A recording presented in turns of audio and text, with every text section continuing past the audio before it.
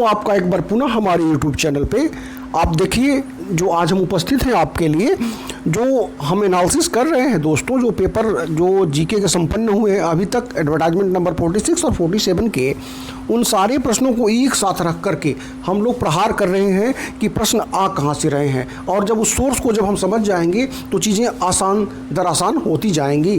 तो पहले सेक्शन की बात हम लोग कर चुके हैं, करंट अफेयर्स की एनालिसिस हो चुकी है, बहुत ही पॉजिटिव रिस्पॉन्स है आपका। हमें ऐसा लगता है कि आप चीज़ों को समझ चुके हैं।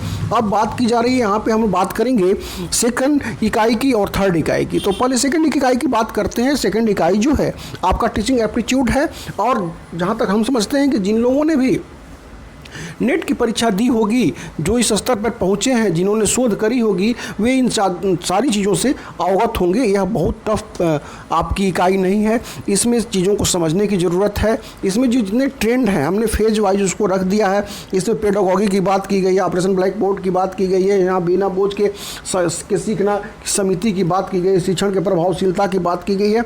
इसमें जो है आपको बहुत ज़्यादा जो भी रिसर्चर रहे हैं या जो भी जिन्होंने भी नेट क्वालिफाई किया है वह इस सेक्शन को निश्चित तौर पर पढ़े होंगे और जान रहे होंगे। इसमें थोड़ी सी आपको सावधानी बरतनी होती है जब आप आते हैं शोध में। जो शोध की बात इसमें की जा रही है, जो सेकेंड जो तात्पर्य एवं प्रणाली की बात की गई है, वहाँ पर थोड़ा सा आपको जो वर्णनात्मक शोध है या फिर व्यक्तिनिष्ठ वस्तुनिष्ठ की बात की गई है, चिंतन फलक की बात की गई, थोड़ी सी समझदारी वहाँ पर आपको दिखानी होगी, जिससे कि आप जो है सही उत्तर दे सकें। इसके बाद इसमें हाइपोथेसिस की भी बात की गई है। इसके बाद जब तीसरी जो इकाई की बात हम कर रहे हैं, आंकड़ा स्रोत संकलन एवं विश्लेषण, इसमें थोड़ा सा प्रश्न जो है कठिन होता हुआ दिखाई दे रहा है, जिसको थोड़ी जैसे इसमें देख रहे हैं आप, जो बातें की गई है, मीन मीडियन मोड की बात की गई है, central of measure of central tendency की बात की गई है।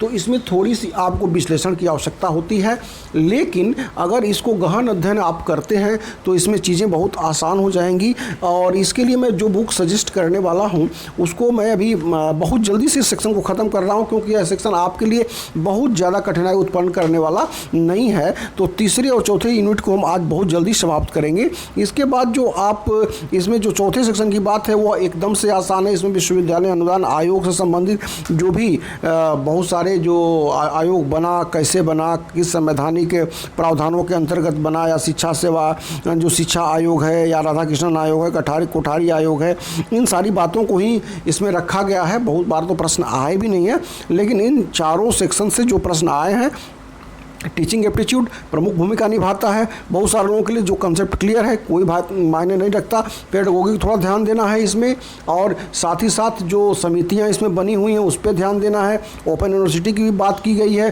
तो थोड़ी सी जैसे ऑपरेशन ब्लैक बोर्ड है, इन सारी चीज़ों को थोड़ा आप समझिएगा।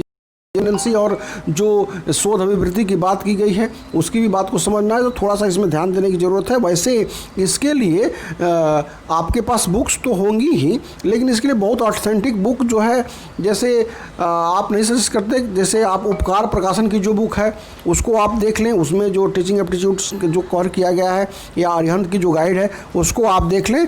और अगर आप हमारे साथ बने रहते हैं तो इस सारे टॉपिक जो 4 सेक्शन है इसमें शोध अभिवृत्ति में, उसके अकॉर्डिंगली हम चारों पे नोट्स ले करके और चारों पे एमसीक्यू ले करके प्रैक्टिस सेट लेकर के उपस्थित रहेंगे, और एक एक चीज़ों पर हम डिस्कशन करेंगे, जिससे कि आपका कॉन्सेप्ट क्लियर हो जाएगा दोस्तों। तो आप आगे बढ़ेंगे, हम जो है तीसरी इकाई की तरफ, जो आपकी प्रौद्योगिकी की बात की जा रही है उस पर हम आगे बढ़ते हैं दोस्तों।